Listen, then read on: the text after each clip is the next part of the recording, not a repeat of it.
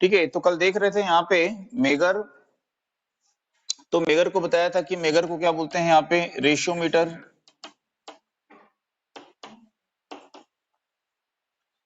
तो यदि यहाँ पे देखें कि ये परमानेंट मैग्नेट है,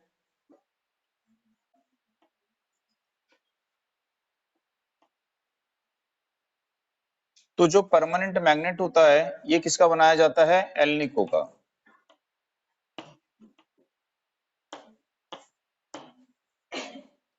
और इस परमानेंट मैग्नेट में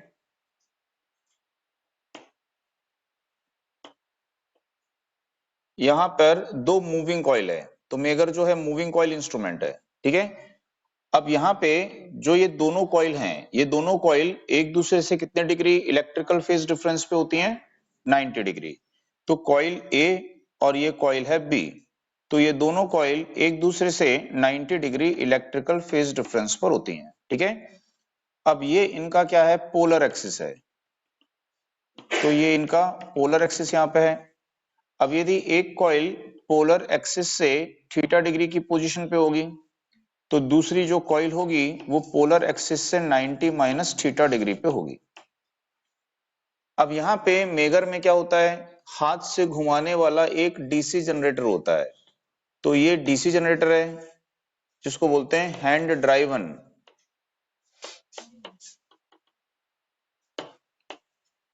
पीएमडीसी जनरेटर है, परमानेंट मैग्नेट डीसी जनरेटर है। अब ये जो जनरेटर है, ये जनरेटर क्या करता है, इसको जब रोटेट करेंगे तो क्या इंड्यूस करता है, ये ईएमएफ इंड्यूस करता है। ठीक है। तो जब इसको रोटेट करते हैं तो ये यहाँ पे ईएमएफ को इंड्यूस करता है।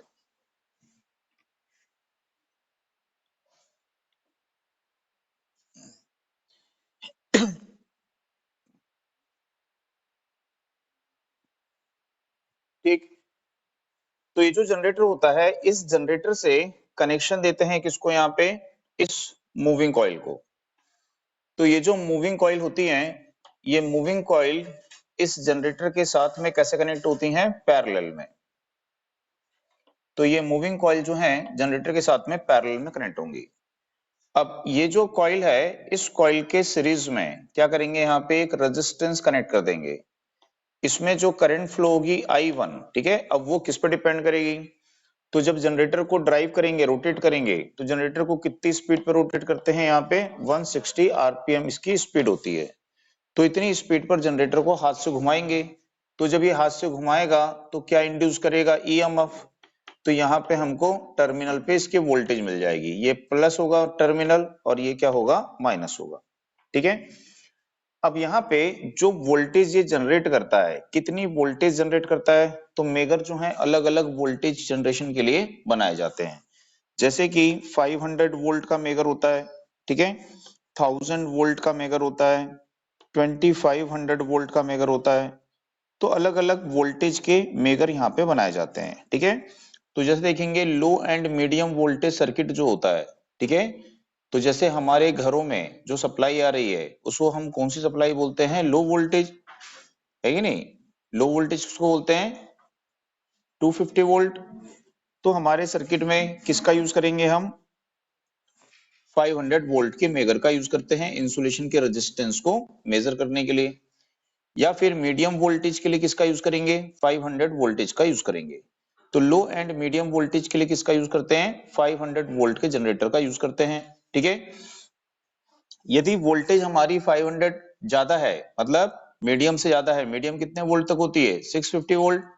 तो यदि 650 वोल्ट से ज्यादा है, 11 केवी वोल्टेज है, तो फिर वहां पे इंसुलेशन का रेजिस्टेंस मेजर करने के लिए किसका यूज करते हैं, 1000 ओम के मेगर, 1000 वोल्ट के मेगर का यूज करते हैं। तो जैसे जैसे वोल्टेज बढ़ेगी तो मेगर भी क्या करेंगे, हायर वोल्ट का यूज करेंगे। इंसुलेशन का रेजिस्टेंस है ना, अपन पढ़े थे कल, बताया था कि मेगर का यूज क्यों करते हैं, इंसुलेशन का रेजिस्टेंस मेजर करने के लिए, या फिर हाई वैल्यू। तो इंसुलेशन का रेजिस्टेंस किस में होता है, मेगा ओम में होता है। ठीक है। तो जब मेगा ओम में रेजिस्टेंस होगा तो वोल्टेज भी क्या होती होगी फिर वहां पे ज्यादा। जितनी हाई वोल्टेज होगी उतना इंसुलेशन का रेजिस्टेंस भी हाई होगा। ठीक है। तो हाई वोल्टेज सर्किट के लिए फिर हाई वोल्टेज मेगर का यूज वहां पे करेंगे। ठीक है। ये क्वेश्चन भी एग्जाम में आता है। ठीक है। ये भी सीएससीबी में आ चुका है। ठीक है, कि जैसे आपको पूछा कि आपके घर में सप्लाई कितनी आ रही है, 440 वोल्ट, ठीक है, लाइन वोल्टेज। तो यदि बोला 440 वोल्ट, ठीक है, जो सप्लाई है उसमें जो इक्विपमेंट हैं उनके इंसुलेशन का रेजिस्टेंस मेजर करने के लिए कितने वोल्ट के मेगर का यूज करेंगे? तो कितने वोल्ट के मेगर का यूज करेंगे? यदि बोला 230 वोल्ट के लिए कितने मेगर का यूज करोगे? 500 वोल्ट का। 11 केवी के लिए 1000 वोल्ट, ठीक है। तो इस प्रकार से यहाँ पे मेगर को यहाँ पे बनाया जाता है। तो जब हम देखते हैं यहाँ पे कि इसको हम रोटेट कर रहे हैं तो ये क्या कर रहा है, वोल्टेज जनरेट कर रहा है। तो यहाँ पे देखेंगे कि ये वाला पॉइंट और ये वाला पॉइंट ये डायरेक्ट किससे कनेक्ट है, इसके पैरेलल में। तो पैरेलल में है तो कॉइल ए के अक्रॉस डायरेक्ट वोल्टेज अपीयर होगी और इसके कारण इसमें क्या फ्लो होगी, यहाँ पे करंट। तो ये करंट इसमें फ्लो होगी। इसी तरह से जिस रेजिस्टेंस को हमको मेजर करना होता है, जिस रेजिस्टेंस के इंसुलेशन को हमको मेजर करना है, इंसुलेशन का रेजिस्टेंस मेजर करना है, तो उसको कहां पे कनेक्ट करते हैं, एक्स और वाई टर्मिनल के मध्य उसको कनेक्ट किया जाता है, ठीक है। तो यदि मान लीजिए हमने अभी इसको यहाँ पे शॉर्ट कर दिया है तो ये सर्किट भी क्या हो गया, देखो क्लोज हो गया। तो हम देखेंगे यहाँ पे, यहां से डायरेक्ट इसको वोल्टेज मिलेगी और यहां से डायरेक्ट मिलेगी। तो यहाँ पे ये कॉइल भी क्या हो जाएगी, सप्लाई के साथ में पैरेलल में कनेक्ट हो जाएगी। तो इसमें कौन सी करंट फ्लो होगी, यहाँ पे I2 फ्लो होगी। अब ये I2 करंट डिपेंड करेगी जिस इंसुलेशन के रेजिस्टेंस को हम यहाँ पे मेजर कर रहे हैं, ठीक है, उस रेजिस्टेंस की वैल्यू क्या है। तो उसकी वैल्यू के अकॉर्डिंग I2 यहाँ पे फ्लो होगी। तो I2 की वैल्यू क्या होगी, V upon R2, resistance of insulation होगा, ठीक है। दूसरा यहाँ पे देखेंगे कि ये परमानेंट मैग्नेटिक फील्ड है और परमानेंट मैग्नेटिक फील्ड में यहाँ पे two coils 90 degree phase difference पे हैं और दोनों में करंट के फ्लो का डायरेक्शन कैसा है, यहाँ पे सेम है। तो जब करंट के फ्लो का डायरेक्शन सेम होता है तो दोनों कॉइल जो होती हैं एक दूसरे के अपोजिट डायरेक्शन में टॉर्क प्रोड्यूस करती हैं, ठीक है। इस कॉइल के टॉर्क का डायरेक्शन यदि ये होगा तो इस कॉइल के टॉर्क का भी डायरेक्शन ये होगा, ठीक है। दोनों कॉइल एक दूसरे के अपोजिट टॉर्क प्रोड्यूस करेंगी। तो यदि कॉइल एक डिफ्लेक्शन टॉर्क प्रोड्यूस कर रही है तो कॉइल भी उसके लिए क्या करेगी, फिर कंट्रोलिंग टॉर्क प्रोड्यूस कर रही होगी, ठीक है। तो इसके लिए यहाँ पे हमको अलग से कंट्रोल स्प्रिंग को यूज करने की आवश्यकता नहीं है। मतलब कि हमको एक्सटर्नली यहाँ पे एडिशनली यहाँ पे कंट्रोलिंग टॉर्क रिक्वायर्ड नहीं होता है। ये सेल्फ ही क्या करेगा, यहाँ पे कंट्रोलिंग टॉर्क प्रोड्यूस कर लेगा, ठीक है। दूसरा यहाँ पे कि इसका स्केल होगा। तो यहाँ पे मान लीजिए इसका स्केल होगा तो इसका क्या होगा, यहाँ पे ये पॉइंटर होगा। जो पॉइंटर किसके साथ अटैच होता है, यहाँ पे मूविंग सिस्टम के साथ में अटैच होता है। अब यहाँ पे इसके ऑपरेशन का प्रिंसिपल क्या होता है, तो ऑपरेशन का प्रिंसिपल है कि यहाँ पे ये क्या हो गया है, करंट कैरिंग कंडक्टर है, कहाँ पे रखा है, मैग्नेटिक फील्ड में। तो उस पे क्या होगा, एक फोर्स एक्ट करेगा, ठीक है। और उस फोर्स के कारण ये मूविंग सिस्टम पूरा क्या करेगा, यहाँ पे मूव करेगा, ठीक है। तो ये क्या है, मूविंग कॉइल इंस्ट्रूमेंट है। तो मेगर को हम किससे कंपेयर कर सकते हैं कि ये क्या है, एक जनरेटर है और उसके साथ में इनबिल्ट क्या है, एक ओम मीटर है। ओम मीटर क्या करता है, रेजिस्टेंस मेजर करता है। जनरेटर क्या करता है, वोल्टेज जनरेट करता है, ठीक है। तो इसको हम इस तरह से कंसिडर कर सकते हैं।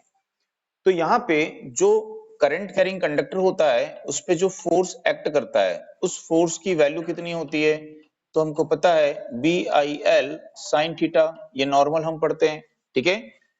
लेकिन हमने गैल्वेनोमीटर इंस्ट्रूमेंट में पढ़ा है कि जो फोर्स होता है वो किस पे डिपेंड करता है, फ्लक्स डेंसिटी पे, करंट पे, एरिया ऑफ कॉइल पे एंड नंबर ऑफ टर्न्स पे डिपेंड करता है, ठीक है।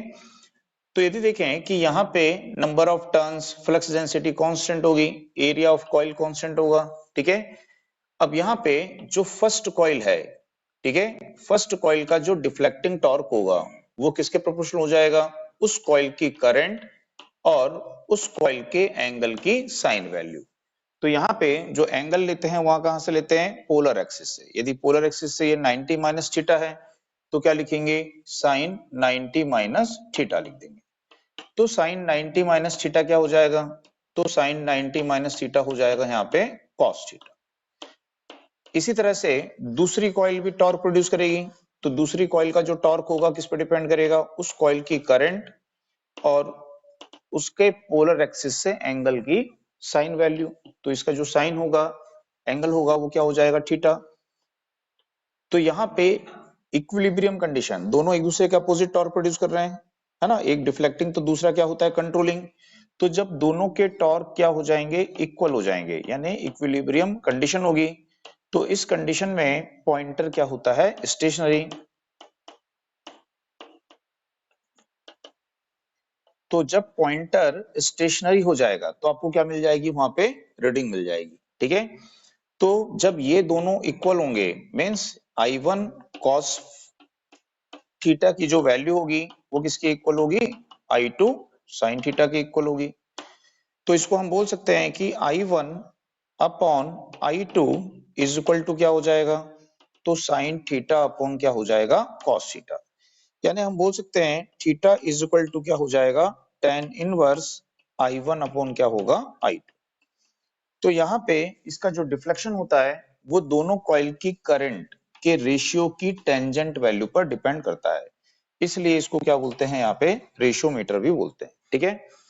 अब यहाँ पे देखेंगे कि यहाँ पे जो ये एंगल है, डिफ्लेक्शन एंगल है, कितना पॉइंटर इसका डिफ्लेक्ट करेगा, तो ये डिफ्लेक्शन एंगल किस पे डिपेंड कर रहा है, करंट के रेशियो पे, ठीक है। तो इसके लिए यदि इसका परमानेंट मैग्नेट वीक हो जाता है तो इसकी रीडिंग में कोई एरर नहीं आएगा, क्योंकि यदि परमानेंट मैग्नेट वीक होगा तो इसके टॉर्क को यदि रिड्यूस करेगा तो इसके टॉर्क को भी रिड्यूस करेगा। यदि डिफ्लेक्टिंग टॉर्क चेंज, बात नहीं करो, यदि डिफ्लेक्टिंग टॉर्क रिड्यूस्ड होगा तो कंट्रोलिंग टॉर्क भी रिड्यूस्ड होगा। बात समझ में आ रही है।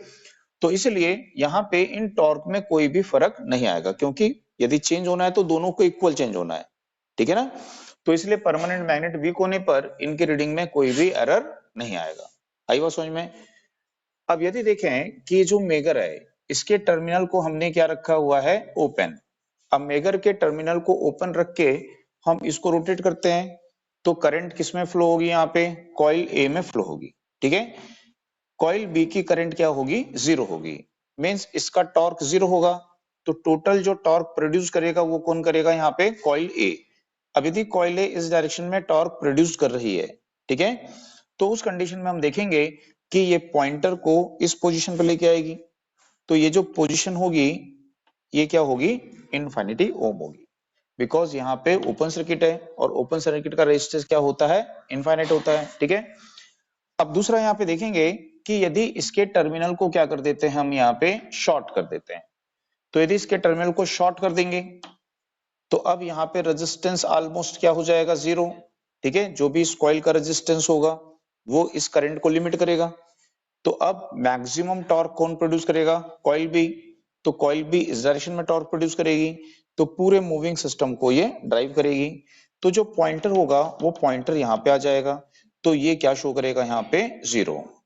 तो इस इंस्ट्रूमेंट में फर्स्ट जो है जीरो होता है, उसके बाद में 10 किलो ओम होता है। तो इसलिए हम क्या कर सकते हैं, इससे लो वैल्यू रेजिस्टेंस तो मेजर कर ही नहीं सकते हैं, ठीक है। तो इसलिए इसका यूज कहाँ करते हैं, हाई वैल्यू रेजिस्टेंस मेजर करने के लिए इसका यूज किया जाता है। आई बात समझ में सबको। तो इसको तो नोट कर चुके थे, यदि नहीं किए थे तो उसको देख लो, स्क्रीनशॉट ले लो। इसमें लिखिए मेगर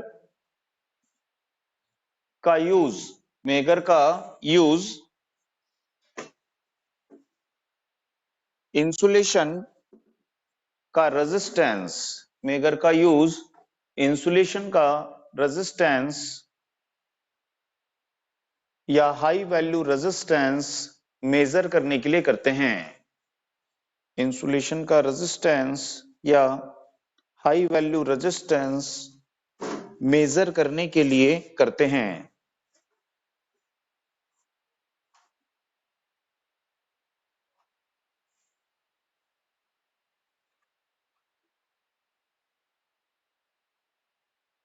ओके, नेक्स्ट देखिए, यह एक मूविंग कॉइल इंस्ट्रूमेंट है।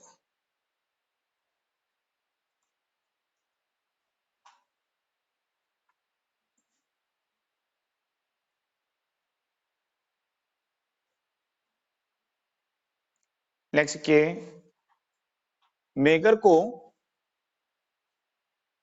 रेशियोमीटर भी कहते हैं।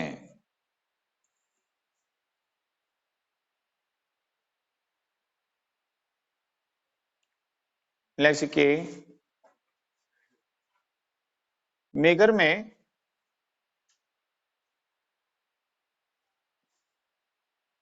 टू कॉइल्स को 90 डिग्री इलेक्ट्रिकल फेज डिफरेंस पर मूविंग सिस्टम पर लगाते हैं।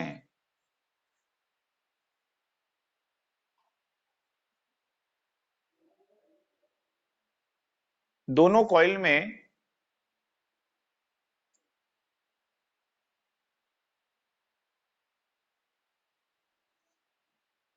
करंट के फ्लो का डायरेक्शन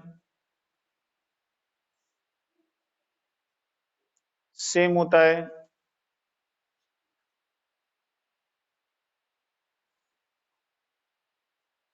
इसलिए ये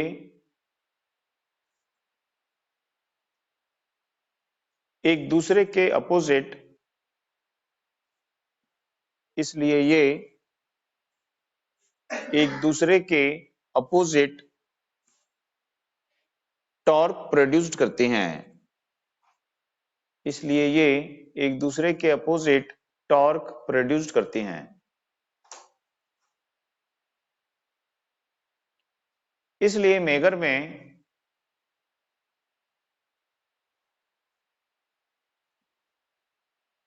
अलग से कंट्रोलिंग टॉर्क यूज नहीं करते हैं। इसलिए मेगर में अलग से कंट्रोलिंग टॉर्क यूज नहीं करते हैं।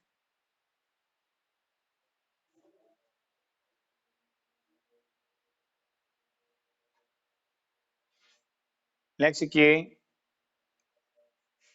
मेगर में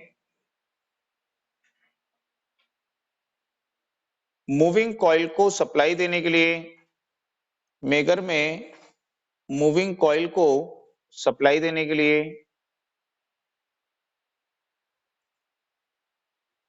hand driven PMDC generator, permanent magnet DC generator का यूज करते हैं।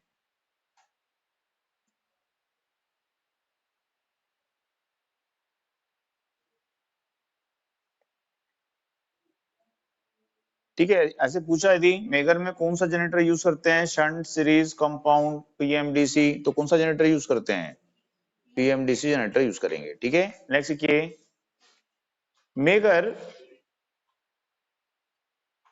को हाथ से मेगर को हाथ से 160 आरपीएम मेगर को हाथ से 160 आरपीएम पर रोटेट करते हैं। मेगर को ही जनरेटर को लिख दो, जनरेटर लिख लो। जनरेटर को हाथ से 160 आरपीएम पर रोटेट करते हैं।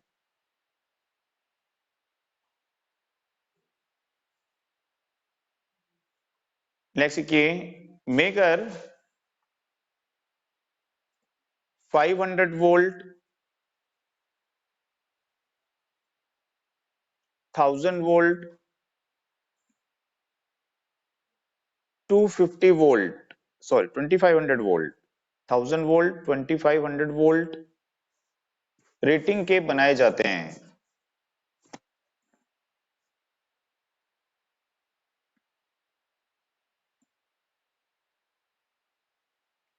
Low and medium voltage circuit, low and medium voltage circuit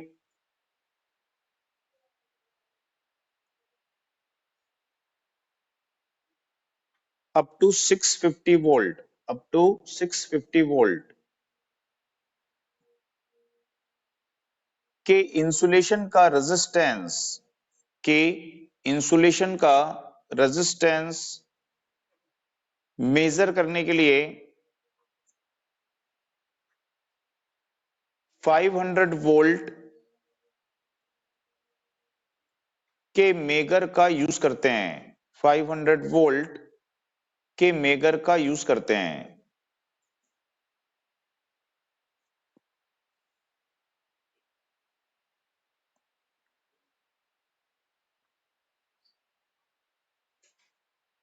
high voltage 11 KV, high voltage 11 KV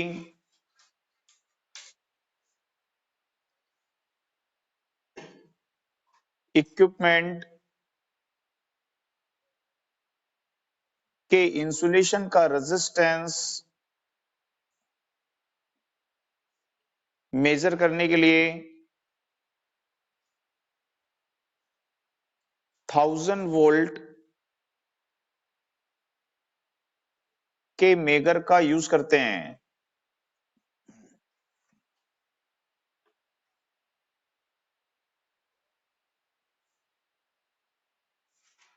next के मेगर का डिफ्लेक्शन एंगल, मेगर का डिफ्लेक्शन एंगल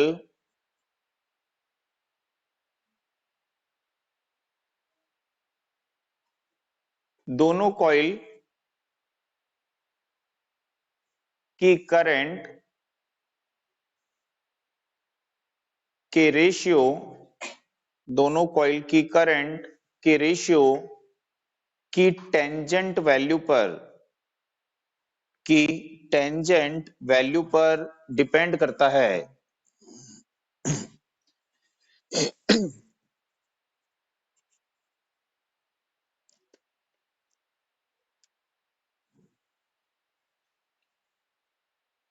ठीक है, इसलिए इसे रेशियोमीटर कहते हैं, इसलिए इसे रेशियोमीटर कहते हैं।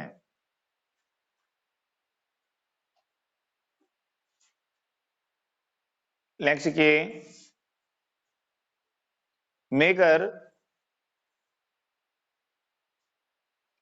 का परमानेंट मैग्नेट, मेगर का परमानेंट मैग्नेट वी कोने पर इसकी रीडिंग में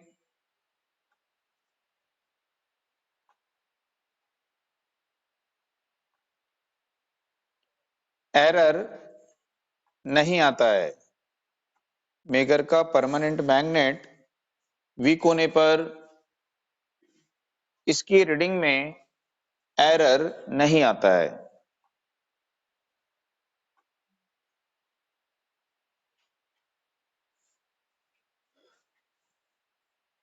नेक्स्ट की मेगर की तुलना, मेगर का comparison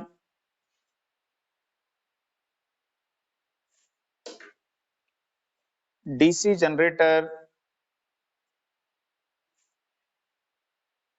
and ohm metre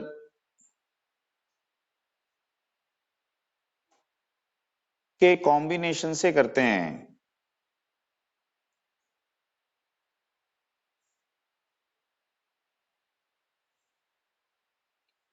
next, megger का टर्मिनल ओपन होने पर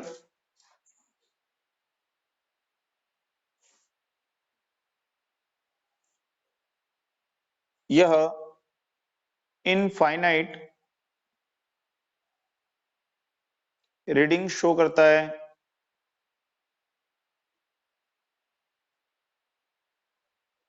मेगर का टर्मिनल ओपन होने पर यह इनफाइनाइट रीडिंग शो करता है। इसका टर्मिनल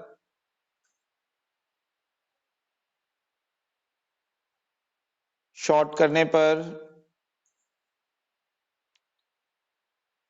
यह 0 ओम रीडिंग शो करता है। तो यहाँ पे पावर को हम क्या करेंगे, मेजर करेंगे, मेजरमेंट ऑफ पावर, पावर को मेजर करेंगे। तो पावर जो होती है एसी सर्किट में भी होती है और पावर जो होती है वो डीसी सर्किट में भी होती है। ठीक है, तो पावर को हम कैसे मेजर कर सकते हैं? तो पावर को मेजर करने के लिए हम क्या कर सकते हैं, अमीटर और वोल्ट मीटर का यूज कर सकते हैं। ठीक है, यदि हम अमीटर वोल्ट मीटर का यूज करते हैं पावर मेजरमेंट के लिए, तो हमको क्या प्रॉब्लम वहां पे आती है, किस प्रकार से जो एरर है वो वहां पे मेजरमेंट में इंट्रोड्यूस होता है। ठीक है, तो उसको यहाँ पे पहले ही देखते हैं। ठीक है, तो पहले यहाँ पे देखते हैं कि पावर मेजरमेंट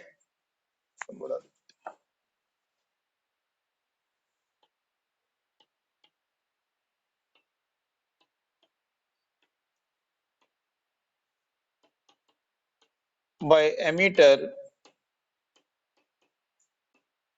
and voltmeter.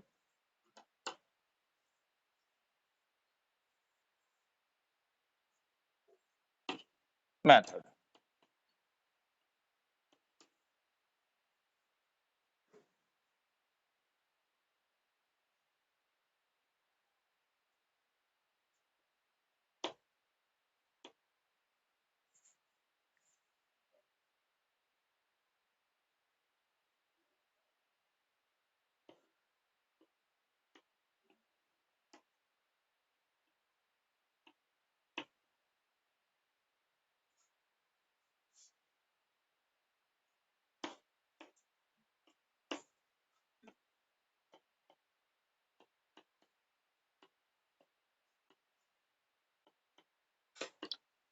ठीक है, अब यहाँ पे देखेंगे कि इस प्रकार से हमने अरेंज किया हुआ है, ये लोड है और ये लोड क्या करेगा, पावर कंज्यूम करेगा जब इसको हम वोल्टेज अप्लाई करेंगे। और इसकी पावर को मेजर करने के लिए हमने क्या किया हुआ है, यहाँ पे अमीटर और वोल्टमीटर को कनेक्ट किया है। तो अमीटर को लोड के नियर कनेक्ट किया है, ठीक है, और उसके अक्रॉस में, उनके सीरीज कॉम्बिनेशन के अक्रॉस में वोल्टमीटर को कनेक्ट किया हुआ है।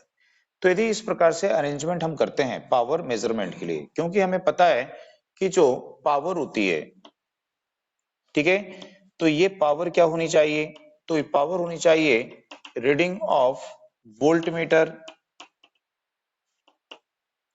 And reading of ammeter.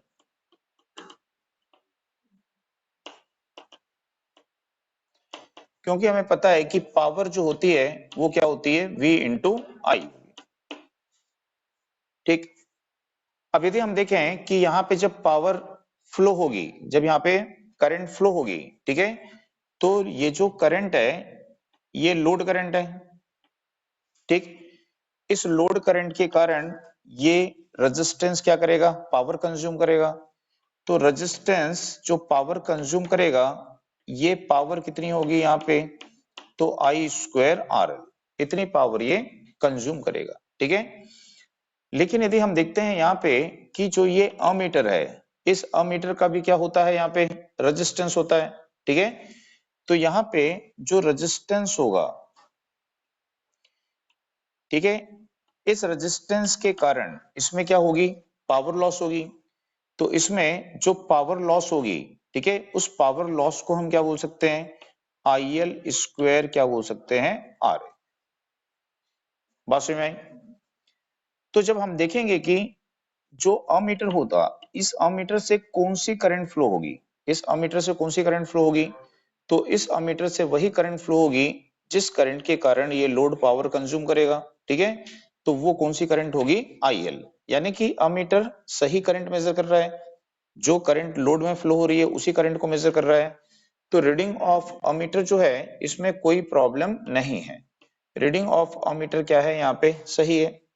ठीक, यदि हम देखें कि रीडिंग ऑफ वोल्ट मीटर क्या होगी, वोल्ट मीटर कौन सी वोल्टेज को मेजर करेगा, तो ये मेजर करेगा वोल्टेज ड्रॉप इन अमीटर। तो इस अमीटर में क्या होगा, यहाँ पे वोल्टेज ड्रॉप होगा। दूसरा मेजर करेगा वोल्टेज अक्रॉस लोड, है ना, वोल्ट मीटर क्या मेजर करता है, जो वोल्टेज उसके अक्रॉस होगी। तो इसके अक्रॉस कितनी वोल्टेज है, VL है और VA है, तो इन दोनों वोल्टेज को क्या करेगा, वो मेजर करेगा। तो रीडिंग ऑफ वोल्ट मीटर जो होगी, ये रीडिंग ऑफ वोल्ट मीटर क्या होगी, VA प्लस क्या होगी, VL, voltage drop in ammeter end voltage across load. ठीक है, तो यहाँ पे जो VA है, ठीक है, ये VA किसके इक्वल होगी, तो ये होगी IL, IL यानी क्या हो गया, और दूसरा इस अमीटर का क्या होगा, रेजिस्टेंस RA हो जाएगा। ठीक है, तो यदि हम देखें कि यहाँ पे जो पावर मेजर हो रही है, ठीक है, इनको यदि हम मल्टीप्लाई करते हैं तो यहाँ पे क्या आएगा आपके पास में, एक आएगा VLIL और दूसरी जो वैल्यू आएगी वो आएगी VA इंटू आई। तो ये जो है पावर कंज्यूम्ड बाय क्या है, तो इसको हम बोल सकते हैं कि ये है पावर कंज्यूम्ड बाय लोड, और ये क्या है, ठीक है, power loss in ammeter. Voltage into current, तो ये क्या हो गया, power consumed by ammeter. तो यहां पे देखेंगे कि इस तरह से जब पावर मेजर कर रहे हैं तो पावर मेजर तो हमको सिर्फ इतनी करनी चाहिए थी ये, तो ये जो अमीटर है ये जो पावर कंज्यूम कर रहा है वो पावर भी क्या हो जा रही है, कैलकुलेशन में आ जा रही है, ठीक है। तो इसके कारण रीडिंग में क्या आ रहा है, एरर इंट्रोड्यूस हो रहा है, ठीक है। तो यहाँ पे इस तरह से जब हम पावर को मेजर कर रहे हैं, इस प्रकार से अमीटर वोल्टमीटर को अरेंज करते हैं, तो यहाँ पे अमीटर जो पावर कंज्यूम करता है वो रीडिंग में क्या करती है, एरर को इंट्रोड्यूस करती है। तो इस अरेंजमेंट का यूज हमको कब करना चाहिए, यानी कि अमीटर को लोड के नियर एंड वोल्टमीटर को लोड के नियर, सोर्स के नियर कब कनेक्ट करना चाहिए, तो जब लोड करंट का मैग्नीट्यूड क्या होगा, स्मॉल होगा। तो स्मॉल वैल्यू क्या होगी, लोड करंट होगी। यदि लोड करंट स्मॉल वैल्यू होगी तो उसके कारण अमीटर में जो लॉस होगा उसकी वैल्यू भी क्या हो जाएगी, कम हो जाएगी।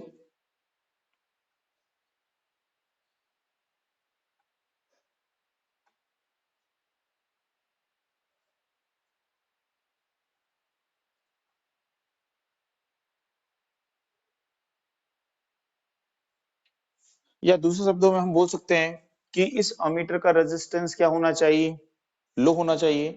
यदि अमीटर का रेजिस्टेंस क्या होगा, लो होगा, तो ये पावर कंजम्पशन भी क्या करेगा, कम करेगा। तो पावर कंजम्पशन कम करेगा तो रीडिंग में एरर क्या आएगा, कम आएगा। ठीक है, समझ में आया ये। तो यदि अमीटर का रेजिस्टेंस क्या होगा, लो, तो पावर कंजम्पशन भी क्या होगा, यहाँ पे लो होगा, ठीक है। तो इसमें नोट करिएगा, इसमें लिखिएगा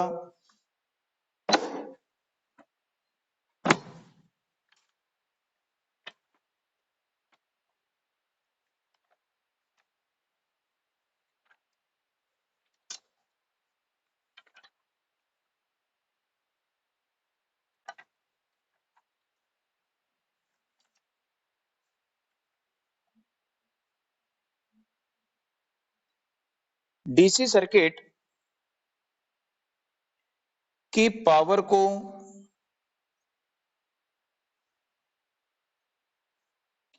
मेजर करने के लिए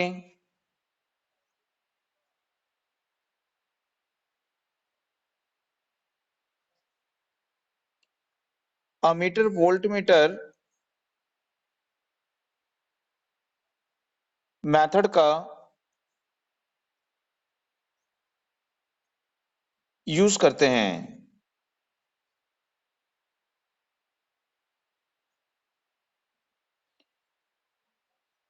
नेक्स्ट ये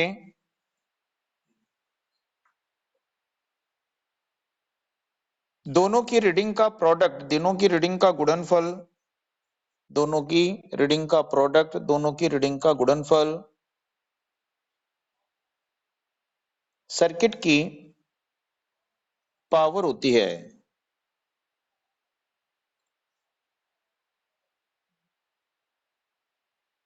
नेक्स्ट ये यदि अमीटर को लोड एंड वोल्टमीटर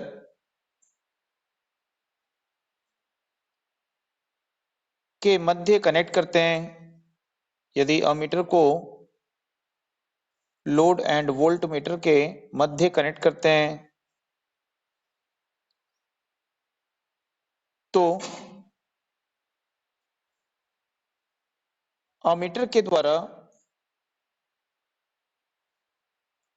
कंज्यूम होने वाली पावर, अमीटर के द्वारा कंज्यूम होने वाली पावर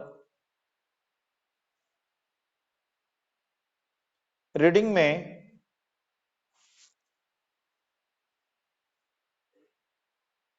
ऐड हो जाती है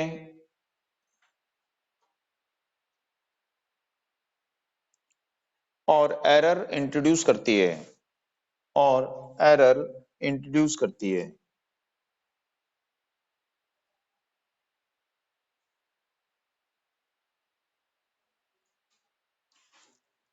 अतः इस कंडीशन में या इस कनेक्शन में अमीटर का रेजिस्टेंस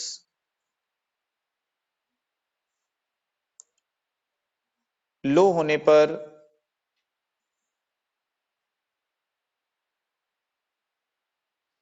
एरर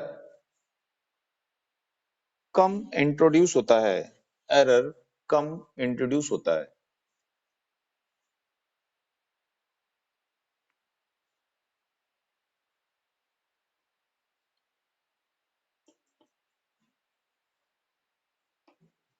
तो यदि देखें कि इस कनेक्शन को हम इस प्रकार से कनेक्ट कर सकते थे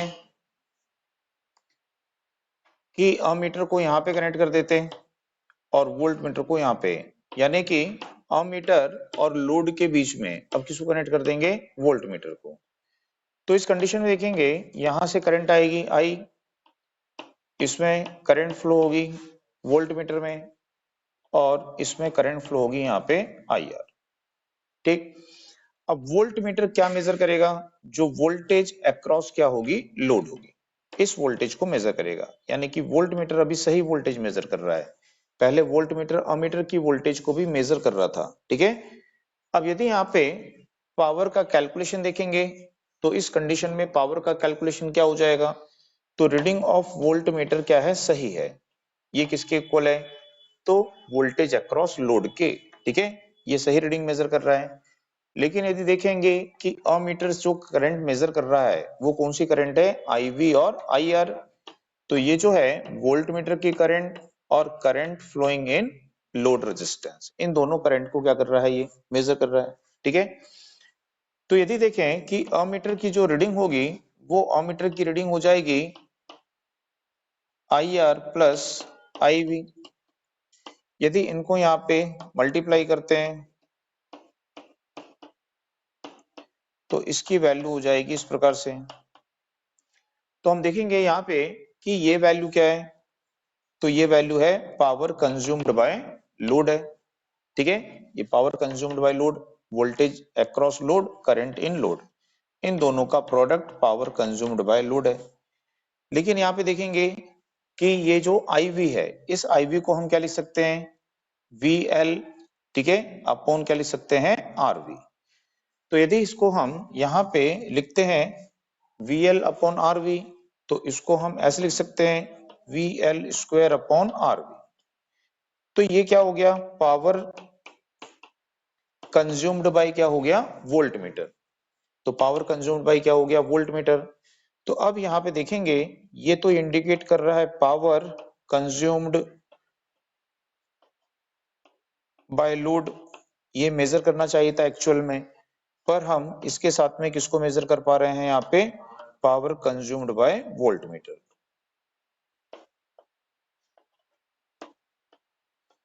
तो ये जो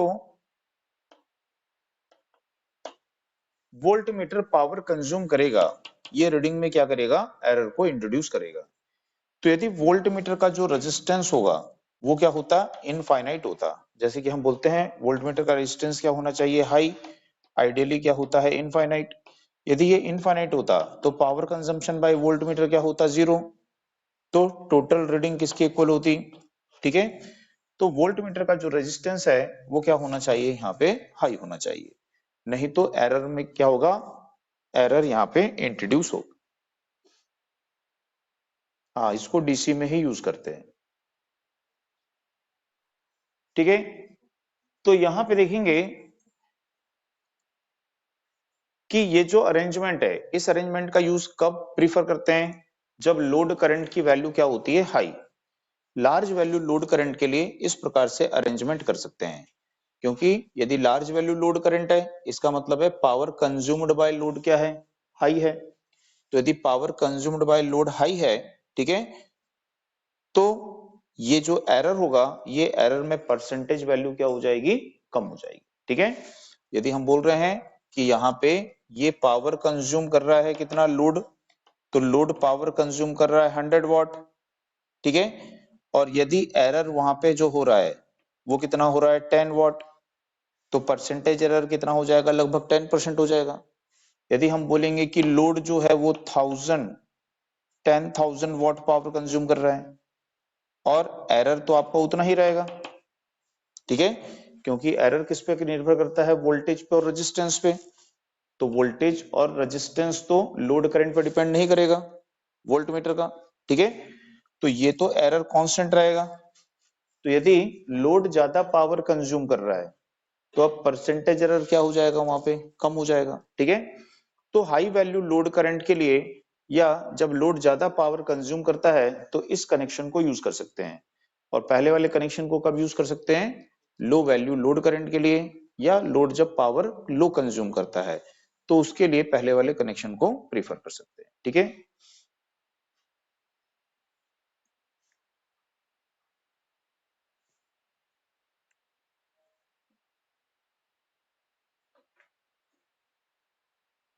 ठीक है, अब इसमें नोट करिए,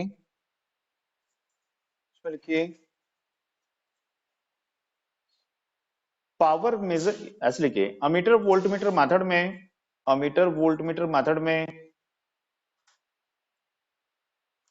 पावर मेजरमेंट के लिए, अमीटर वोल्टमीटर मेथड में पावर मेजरमेंट के लिए यदि वोल्ट मीटर को, यदि वोल्ट मीटर को ammeter and load, ammeter and load के बिटवीन के मध्य कनेक्ट करते हैं, यदि वोल्ट मीटर को अमीटर एंड लोड के बिटवीन के मध्य कनेक्ट करते हैं तो पावर मेजरमेंट में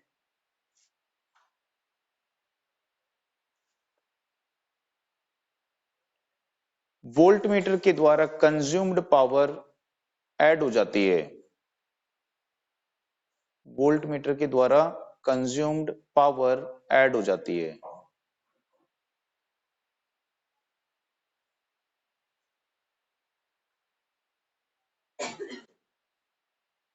और यह रीडिंग में, और यह रीडिंग में एरर इंट्रोड्यूस करती है, उत्पन्न करती है, और यह रीडिंग में एरर इंट्रोड्यूस करती है, उत्पन्न करती है। पैराग्राफ चेंजर के लिखिए वोल्ट मीटर का रेजिस्टेंस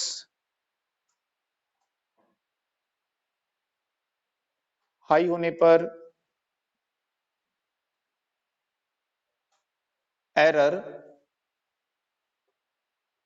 कम होता है।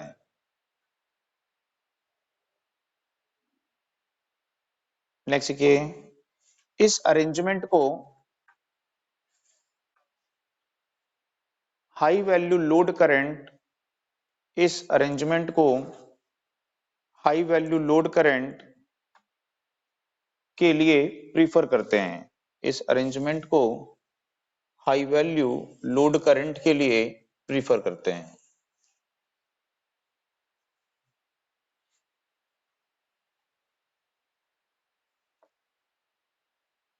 अब जो अपनी एसी पावर होती है, एसी जो पावर होती है, इस एसी पावर को क्या बोलते हैं यहाँ पे, तो ये किस पे डिपेंड करती है, पावर फैक्टर पे डिपेंड करती है, ठीक है। तो ये जो एसी पावर है इसमें पावर फैक्टर को भी क्या करना पड़ेगा, हमको यहाँ पे कंसिडर करना पड़ेगा, पावर फैक्टर को भी कैलकुलेट करना पड़ेगा। तो इसके लिए क्या यूज करेंगे, हम यहाँ पे वॉट मीटर का यूज करेंगे, ठीक है। तो एसी पावर को हम direct ammeter volt meter method के द्वारा मेजर नहीं कर सकते हैं, क्योंकि यहाँ पे क्या होता है, पावर फैक्टर को भी कंसिडर करना पड़ता है। अमीटर से हमको क्या मिल सकती है, सिर्फ करंट की वैल्यू, वोल्ट मीटर से क्या मिल सकती है, वोल्टेज की वैल्यू, है ना। पावर फैक्टर को वहां पे हम कंसिडर नहीं कर पाएंगे, तो इसलिए यहाँ पे हमको किसका यूज करना पड़ेगा, वॉट मीटर का यूज करना पड़ेगा। तो जो वॉट मीटर होता है, जो वॉट मीटर होता है वो सर्किट की कौन सी पावर को मेजर करता है, तो वॉट मीटर सर्किट की कौन सी पावर मेजर करता है, ट्रू पावर। कौन सी पावर मेजर करता है, ट्रू पावर। इसको कौन सी पावर बोलते हैं? True power, active power. ठीक है, तो वॉटमीटर सर्किट की true power, active power measure करता है। और एक्टिव पावर ट्रू पावर की कौन सी वैल्यू मेजर करता है? वो एवरेज वैल्यू। पावर की हमेशा कौन सी वैल्यू लेते हैं? Average value. ठीक है, तो उसमें नोट करिएगा, एसी सर्किट की पावर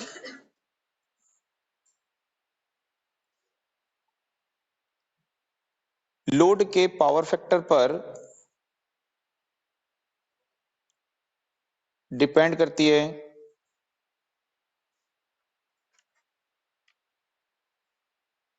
इसलिए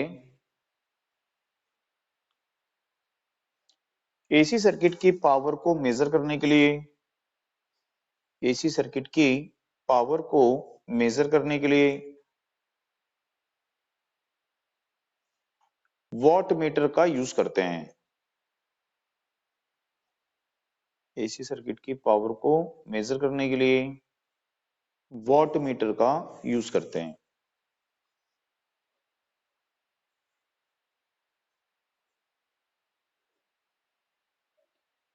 नेक्स्ट देखिए, वॉट मीटर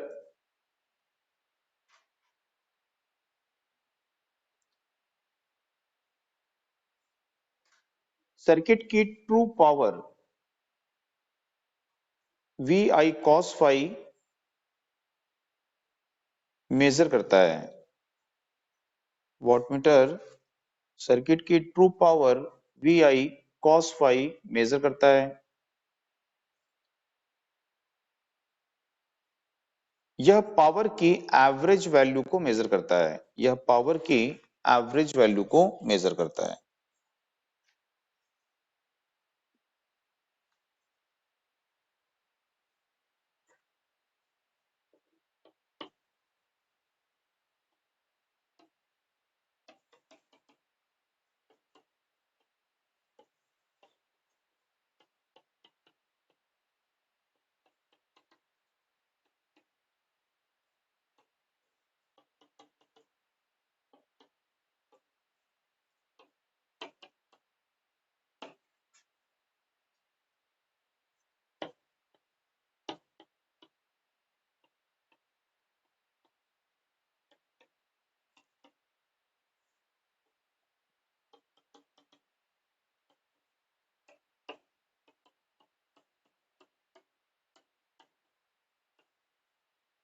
तो यहाँ पे देखेंगे टाइप्स ऑफ वॉट मीटर।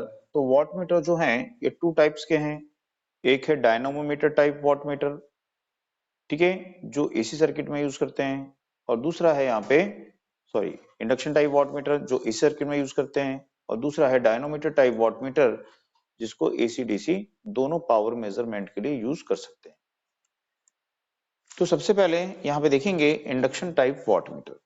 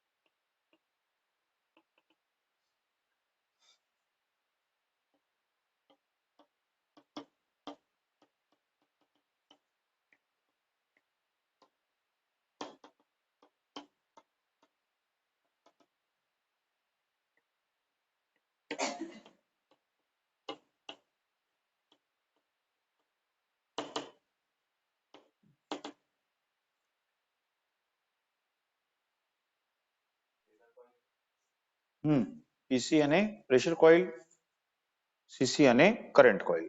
ठीक है, तो अब यहाँ पे बनाते भी जाइए, समझते भी जाते हैं कि जो वॉट मीटर होता है, वॉट मीटर में कितनी सर्किट्स का यूज करते हैं? 2 सर्किट्स होते हैं वॉट मीटर में। एक होता है करंट सर्किट और दूसरा होता है प्रेशर सर्किट। ठीक है, करंट सर्किट को बोलते हैं करंट कॉइल और प्रेशर सर्किट मतलब प्रेशर कॉइल। ठीक है, बात समझ में आई? तो वॉट मीटर में 2 कॉइल रहेगी, करंट कॉइल और प्रेशर कॉइल। अब यहाँ पे हम देख रहे हैं इंडक्शन टाइप। तो इंडक्शन टाइप में हमने पढ़ा था कि क्या होना चाहिए? 2 फ्लक्स होनी चाहिए, अल्टरनेटिंग फ्लक्स, और क्या होना चाहिए? एक एल्यूमिनियम की डिस्क होनी चाहिए। तो यहाँ पे 2 अल्टरनेटिंग फ्लक्स कहां से मिलेगी? ठीक है, तो इसके लिए हम क्या करते हैं, यहाँ पे जो 2 कॉइल्स हैं, one current coil and other pressure coil, तो करंट कॉइल को एक लोअर मैग्नेट पर कनेक्ट कर देते हैं। तो ये जो लोअर मैग्नेट है, इस मैग्नेट को क्या बोल रहे हैं हम यहाँ पे? Series magnet. बिकॉज ये जो करंट कॉइल है, ये करंट कॉइल लोड के साथ में कैसे कनेक्ट होती है? सीरीज में। तो वॉट मीटर में जो करंट कॉइल है, इसे हम कैसे कनेक्ट करते हैं? लोड के सीरीज में कनेक्ट करते हैं। ठीक है, तो एंटायर लोड करंट इस करंट कॉइल से फ्लो होती है। तो जब हम देखेंगे कि लोड को कनेक्ट किए हो तो लोड करंट इस कॉइल से फ्लो होगी। तो इस कॉइल से जब लोड करंट फ्लो होगी, ठीक है, तो ये जो लोअर मैग्नेट है, ये क्या होगा? मैग्नेटाइज होगा, और मैग्नेटाइज होगा तो ये क्या करेगा? यहाँ पे फ्लक्स प्रोड्यूस करेगा। तो ये यहाँ पे फ्लक्स प्रोड्यूस करता है, फ्लक्स उत्पन्न करता है। तो यहाँ पे जो phi2 फ्लक्स है, ये phi2 फ्लक्स किसके प्रोपोर्शनल होती है? लोड करंट के प्रोपोर्शनल होती है। ठीक है, लोड करंट का मैग्नीट्यूड इंक्रीज होगा, ठीक है, तो फ्लक्स phi2 भी इंक्रीज होगी। और हम कैसे सर्किट में यूज कर रहे हैं? एसी सर्किट में। तो यहाँ पे अल्टरनेटिंग लोड करंट है, अल्टरनेटिंग मैग्नेटिक फील्ड है। ठीक है, अब यहाँ पे जो अपर मैग्नेट है, इस अपर मैग्नेट को बोल रहे हैं शंट मैग्नेट। बिकॉज इस पे हमने कौन सी कॉइल को कनेक्ट किया होता है? प्रेशर कॉइल को। तो प्रेशर कॉइल जो होती है, ठीक है, प्रेशर कॉइल किसको बोलते हैं? जो लोड के साथ में पैरेलल में कनेक्ट होती है। तो यदि हम देखेंगे कि प्रेशर कॉइल के एक एंड को यहाँ पे कनेक्ट किए हैं, दूसरे एंड को यहाँ पे कनेक्ट किए हैं, तो जो प्रेशर कॉइल है, ये प्रेशर कॉइल लोड के साथ में कैसे कनेक्ट होती है? पैरेलल में। ठीक है, तो प्रेशर कॉइल को लोड के पैरेलल में कनेक्ट करते हैं, और इसका जो रेजिस्टेंस होता है वो क्या होता है? हाई। जैसे वोल्ट मीटर होता है, वोल्ट मीटर को पैरेलल में कनेक्ट करते हैं, हाई रेजिस्टेंस होता है, वैसे इस प्रेशर कॉइल का रेजिस्टेंस भी क्या होता है? हाई होता है। तो हम देखते हैं कि इस प्रेशर कॉइल से क्या फ्लो होती है? करंट। तो इस प्रेशर कॉइल से जो करंट यहाँ पे फ्लो होती है, वो किस पे डिपेंड करेगी? वोल्टेज पे और प्रेशर कॉइल के रेजिस्टेंस पे डिपेंड करेगी। ठीक, अब ये प्रेशर कॉइल का जो रेजिस्टेंस है वो तो फिक्स्ड है, तो फिक्स्ड है तो करंट किस पर डिपेंड करती है? वोल्टेज पे। ठीक है, तो ये जो प्रेशर कॉइल की करंट है, ये प्रेशर कॉइल की करंट, इसको आईसी लिख देते हैं, आईसी यानी करंट कॉइल की करंट। तो करंट कॉइल की करंट जो है, ठीक है, ये लोड पे डिपेंड करती है, और ये क्या सेटअप करती है? यहाँ पे फ्लक्स phi2। अब प्रेशर कॉइल की जो करंट है, ठीक है, प्रेशर कॉइल की करंट को लिख देते हैं पीसी। प्रेशर कॉइल की जो करंट है, ये किस पर डिपेंड करती है? वोल्टेज पर डिपेंड करती है। और ये जो करंट है, ये क्या सेटअप करती है? यहाँ पे फ्लक्स phi1 सेटअप करती है। ठीक है, तो प्रेशर कॉइल की करंट वोल्टेज पर डिपेंड करती है, और वो यहाँ पे एक फ्लक्स सेटअप करती है, जिसको क्या बोलेंगे यहाँ पे? phi। तो हम देखेंगे कि यहाँ पे ये दो अल्टरनेटिंग मैग्नेटिक फ्लक्स डिस्क पे आएगी, ये एल्यूमिनियम की डिस्क है, तो दोनों यहाँ पे क्या करेगी? डिस्क में एडी करंट इंड्यूस करेगी। और जब डिस्क में एडी करंट इंड्यूस्ड होती है, ठीक है, तो उसके कारण डिस्क में क्या होता है? टॉर्क प्रोड्यूस्ड होता है। इंडक्शन के प्रिंसिपल में हमने पढ़ा था कि जो टॉर्क प्रोड्यूस्ड होता है, वो दोनों मैग्नेट की फ्लक्स और उनके बीच के एंगल की साइन वैल्यू के प्रोपोर्शन होता है। तो दोनों मैग्नेट की फ्लक्स के इंटरेक्शन के कारण डिस्क में यहाँ पे टॉर्क प्रोड्यूस्ड होगा, और वो टॉर्क इन दोनों मैग्नेट की फ्लक्स और दोनों फ्लक्स के मध्य के एंगल की साइन वैल्यू के क्या होता है? प्रोपोर्शन होता है। आई बात समझ में? अब यहाँ पे कंट्रोलिंग टॉर्क प्रोड्यूस करने के लिए किसका यूज किया है? स्प्रिंग का। और एडी करंट डैम्पिंग प्रोड्यूस करने के लिए डिस्क के साइड में परमानेंट मैग्नेट को लगाया गया है। ठीक है, तो हमको पता है कि जो phi1 है, ठीक है, अपर मैग्नेट की फ्लक्स है, ठीक है, ये किस पे डिपेंड करेगी? वोल्टेज पे डिपेंड करेगी। ठीक है, तो phi1 जो है ये डिपेंड करती है किस पे, वोल्टेज पे, और phi2 जो है, ठीक है, ये किस पे डिपेंड करती है, लोड करंट पे डिपेंड करती है। तो ये डिपेंड करती है यहाँ पे लोड करंट पे, ठीक है। और यहाँ पे ये जो अल्फा है, ये अल्फा क्या है यहाँ पे, तो एंगल बिटवीन क्या है, phi1 एंड phi2 है। तो यदि हम देखें यहाँ पे कि ये हमारी वोल्टेज है, सप्लाई वोल्टेज है, और ये हमारी क्या है, लोड करंट है। तो ये जो लोड करंट है ये वोल्टेज से क्या कर रही है, यहाँ पे 5 डिग्री से लैग कर रही है। तो ये क्या है, पावर फैक्टर एंगल है, लोड का पावर फैक्टर एंगल है 5, ठीक है। तो जब हम देखिए यहाँ पे कि लोड करंट फ्लो हो रही है, और ये लोड करंट क्या सेटअप करती है, फ्लक्स सेटअप करती है phi2। तो ये जो फ्लक्स सेटअप कर रही है ये कौन सा फ्लक्स होता है, phi2 है, ठीक है। अब यहाँ पे जो करंट फ्लो हो रही है, कौन सी करंट है ये, प्रेशर कॉइल की करंट, ये भी फ्लक्स सेटअप कर रही है, और वो फ्लक्स कौन सी है, phi1। तो यहाँ पे जो प्रेशर कॉइल होती है, इस प्रेशर कॉइल की करंट वोल्टेज से क्या करनी चाहिए, 90 डिग्री लैग करनी चाहिए। तो प्रेशर कॉइल की करंट को, उसकी फ्लक्स को वोल्टेज से 90 डिग्री कैसे लैग कराएंगे, तो इसके लिए यहाँ पे क्या करते हैं, इसका जो सेंट्रल लिम्ब है, मध्य भाग जो है अपर मैग्नेट का, शंट मैग्नेट का, इसमें क्या करते हैं, कॉपर की शेडिंग रिंग लगाते हैं। तो कॉपर की शेडिंग रिंग कैसी कॉइल होती है, हाईली इंडक्टिव कॉइल होती है, ठीक है। और इस सर्किट का इंडक्टेंस क्या हो जाएगा, हाई हो जाएगा। तो इंडक्टेंस हाई होने के कारण इसकी जो फ्लक्स होगी वो वोल्टेज से क्या करेगी, 90 डिग्री लैग करेगी। तो हम देखेंगे कि जो प्रेशर कॉइल है, इस प्रेशर कॉइल की जो करंट है, इसकी जो फ्लक्स है, वो वोल्टेज से क्या करती है, 90 डिग्री लैग करती है, ठीक है। तो इन दोनों के मध्य हमको क्या मिलता है, phase difference angle alpha. Alpha fix के बीच का एंगल होता है, angle between phi1 and phi2। तो इन दोनों के बीच हमको ये एंगल यहाँ पे प्राप्त हो जाता है। तो यदि हम देखें कि यहाँ पे जो अल्फा प्लस फाई है, इसकी वैल्यू कितनी होती है, 90 डिग्री। तो अल्फा की जो वैल्यू है वो क्या होगी, 90 माइनस 5 हो जाएगी। तो यदि हम देखें यहाँ पे कि ये साइन 90 माइनस क्या हो जाएगा, 5 हो जाएगा। तो साइन 90 माइनस थीटा क्या होता है, कॉस थीटा। तो ये हो जाता है वी आई कॉस फाई। तो इसका जो डिफ्लेक्शन होता है, ठीक है, वो किस पे डिपेंड करता है, तो इसका डिफ्लेक्शन डिपेंड करता है किस पे, सर्किट की true power V I cos phi पर डिपेंड करता है, ठीक है। दूसरा, कंट्रोलिंग के लिए किसका यूज किए हो, स्प्रिंग का। तो कंट्रोलिंग टॉर्क किसके प्रोपोर्शनल होता है, डिफ्लेक्शन एंगल थीटा के। तो जब दोनों टॉर्क इक्वल होते हैं तो पॉइंटर क्या होता है, यहाँ पे स्टेशनरी होता है। तो जब T D is equal to T C होगा तो पॉइंटर स्टेशनरी हो जाएगा। तो जब ये दोनों इक्वल होंगे तो इसका मतलब है कि इसका जो डिफ्लेक्शन एंगल है थीटा, ये डायरेक्टली प्रोपोर्शनल टू क्या होता है, वी आई कॉस फाई होता है। यानी कि इस इंस्ट्रूमेंट का जो डिफ्लेक्शन होगा वो सर्किट की ट्रू पावर के क्या होगा, डायरेक्टली प्रोपोर्शनल होता है, ठीक है। तो यहाँ पे आपको याद रखना है कि जो शंट टाइप वॉटमीटर है, इसमें प्रेशर कॉइल की करंट क्या करनी चाहिए, वोल्टेज से 90 डिग्री लैग करनी चाहिए। यदि वो 90 डिग्री एग्जैक्ट लैग नहीं करेगी तो इसकी रीडिंग में क्या आएगा, एरर आ जाएगा, ठीक है ना। तो ये जो वॉटमीटर है इसका कम यूज करते हैं, सबसे ज्यादा यूज किया जाने वाला वॉटमीटर कौन सा है, डायनोमीटर वॉटमीटर होता है, उसी का यूज सबसे ज्यादा किया जाता है, ठीक है।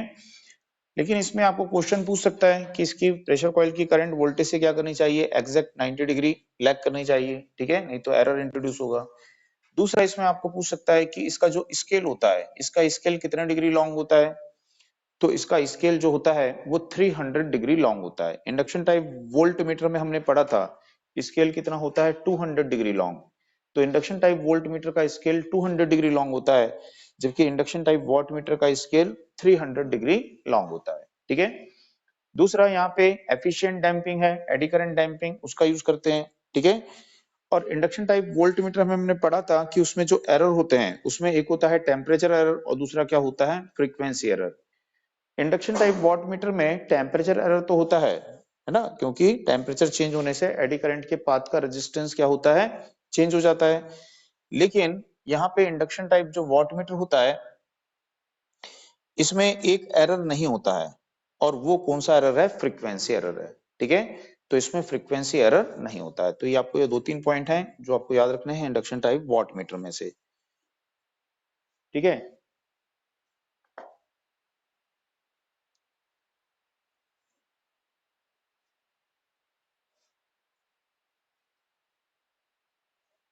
ठीक है, इसको नोट कर लो, इसका डिटेल फिर बाकी हम नेक्स्ट क्लास में देखेंगे, वीडियो डिस्कनेक्ट हो जाएगा।